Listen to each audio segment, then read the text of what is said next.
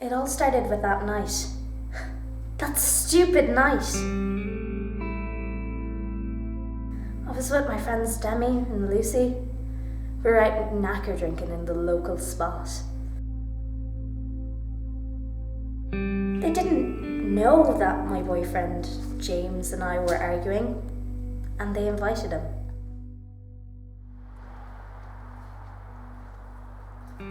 Oh great! What are you doing here? The girl's inviting you. Are you okay? Yeah, I'm fucking fine. So unless you've come to apologise... You know I already said sorry. Please. Sorry for sleeping with Julie. You're only sorry you got caught. It was a mistake. You can take your mistakes, your pretty pleasings, and whatever else you have and stick it up your arse. He had been cheating on me for months with the pretty girl next door. I didn't even notice because of school. I was only 17. I shouldn't even have been doing this. It was illegal. If we were caught. God. They were all older than me, and I thought they could understand me better because of their years on me. I was so wrong. I was so naive. So were they. Sarah, please. You know what? Have a good night. I'm off. Fuck you. At least get a lift with Darren. I heard you need a lift. No thanks. Maybe next time. Can't have you walking home alone. No, you're fine. It's only over the road. I'll walk you out. No, I'm fine. You sure? Yeah, I'm fine.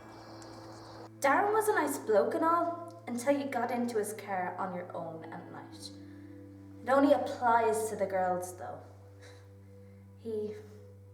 He liked to have his way with you. Didn't matter if you said no. Didn't matter if you had a boyfriend who was supposed to be his best friend.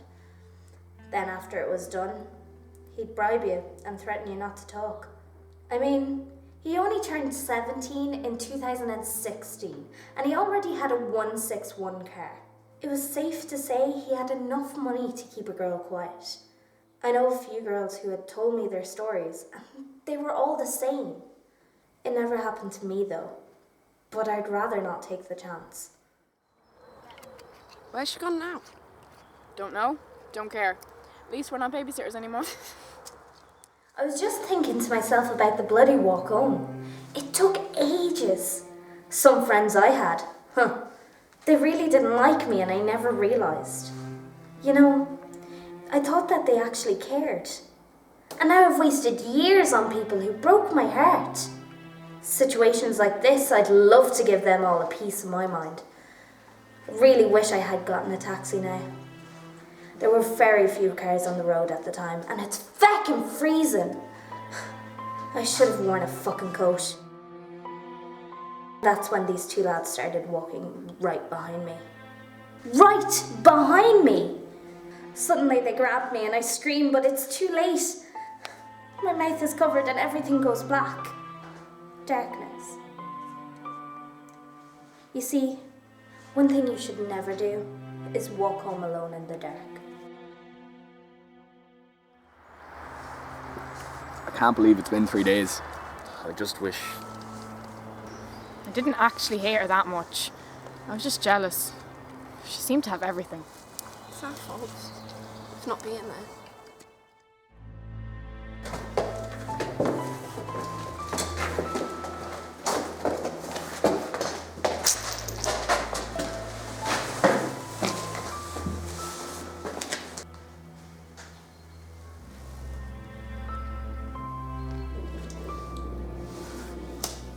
So, what are we gonna do with her?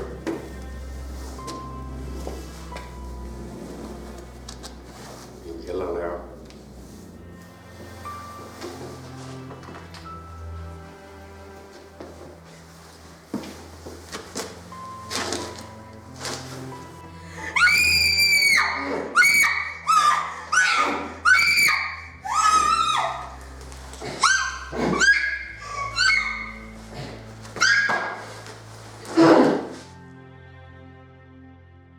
They raped me.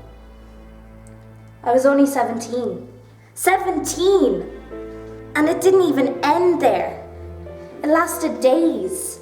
Over and over, again and again. I was like a toy, halved and shared, unable to go on. And when they realised I was no use anymore, they slit my throat and let me bleed out.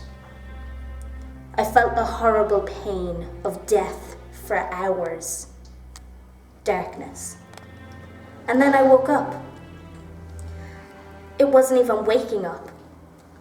I just appeared in my own space and time, looking upon my own body, which was being hacked up.